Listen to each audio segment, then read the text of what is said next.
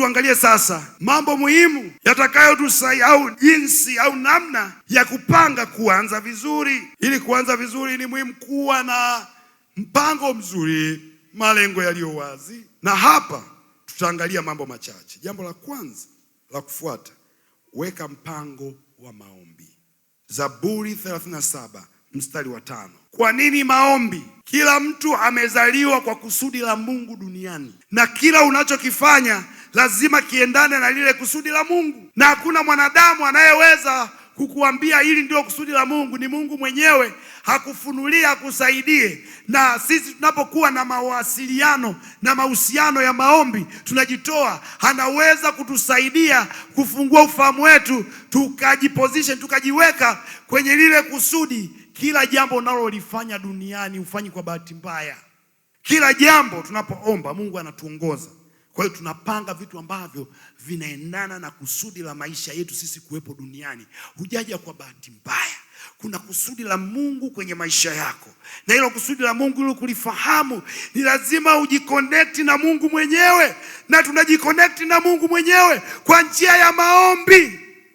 Luka sura ya 14 mstari wa 28 inasema, maana ni nani kati yenu aendaye kujenga mnara? Kwa hiyo ana mpango wa kujenga mnara. Kwa hiyo analo wazo, ana malengo. Kwa hiyo lazima uweke malengo.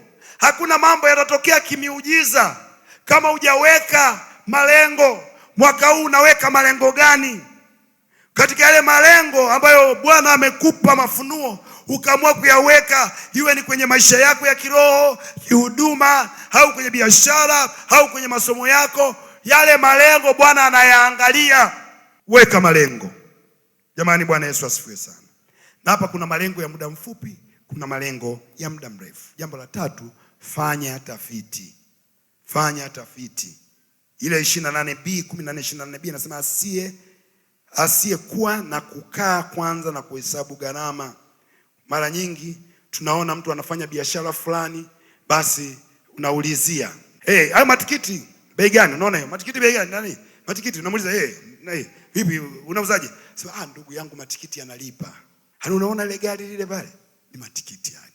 Unachanganyikiwa. Matikiti. Na mimi matikiti. Huko kwenye matikiti kwa sababu amenunua gari, na mimi matikiti. Utakwama.